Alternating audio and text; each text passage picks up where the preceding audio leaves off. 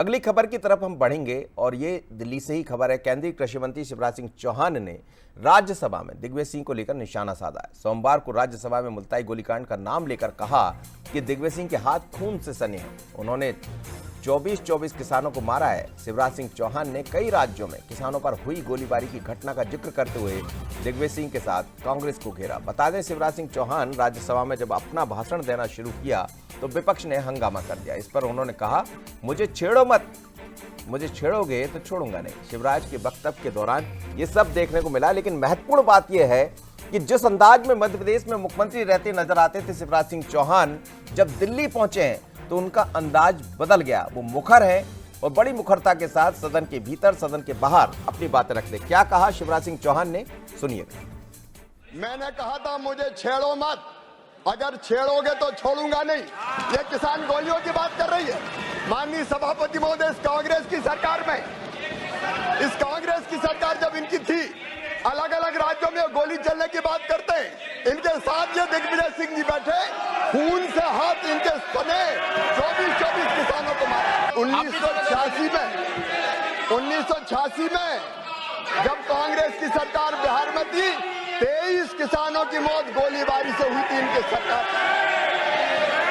1988 में दिल्ली में श्रीमती इंदिरा गांधी जी के पुण्यतिथि पर किसानों पर गोली चलाई गई। माननीय सभापति महोदय, उसमें 2 किसान मारे गए। दम है तो सुन के जाओ मंत्री जी, सुन के जाओ। लेकिन ये छेड़ेंगे तो मैं छोड़ूंगा नहीं। माननीय मंत्री जी, चलिए, आप देख रहे थे पूर्व मुख्यमंत्री शिवराज सिंह चौहान और वर्तमान में कृषि कल्याण मंत्री है।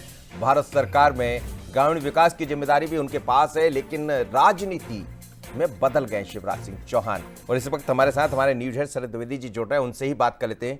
शरद जी, शिवराज जी को जब हम मध्य प्रदेश में देखते थे मुख्यमंत्री रहते हुए तो उनका अंदाज कुछ अलग होता था। अब दिल्ली की सियासत में है, राष्ट्र की केंद्र की सियासत में है, और जब वो सदन में भीतर दिखाई दे रहे हैं, अभी भी उन्होंने कांग्रेस को घेरा, इससे पहले भी हमने देखा कुछ मुद्दों पर। क्या ये माना जाए कि शिवराज जी बदले बदले से हैं? देखिए, कुछ मुद्दे ऐसे होते हैं मनोज, जो बहुत दिल को छूते हैं, और व्यक्ति ये जानता है कि इस पूरे मामले में उसकी भूमिका नहीं है। और हम अक्सर देखते हैं, वो बात सिर्फ शिवराज जी की नहीं है, बात किसी पार्टी के मुख्यमंत्री की हो। कोई मुख्यमंत्री, चाहे वो कांग्रेस का हो, बीजेपी का हो, वो नहीं चाहता है कि उसके प्रदेश में कोई ऐसी घटना हो, और खासतौर से किसानों पर या समाज के कमजोर वर्ग पर किसी अत्याचार या गोलीबारी या फायरिंग का कोई इंसिडेंट हो। अब ये दोनों ही मुद्दे बड़े नाजुक हैं, मुल्ताई गोलीकांड और मंदसौर गोलीकांड। मुल्ताई गोलीकांड दिग्विजय सिंह जी के शासन में हुआ जब वो मुख्यमंत्री थे, और मंदसौर में गोलीकांड तब हुआ प्रशासन की तरफ से जब मुख्यमंत्री शिवराज सिंह चौहान थे। शिवराज जी, आपको याद होगा, जब मंदसौर गोलीकांड हुआ था तो बहुत आहत थे, और उपवास पर भी वो बैठे थे। जहां तक मुझे याद है कि जम्बूरी मैदान पर टेंट लगा था और उन्हें काफी गहरी पीड़ा थी।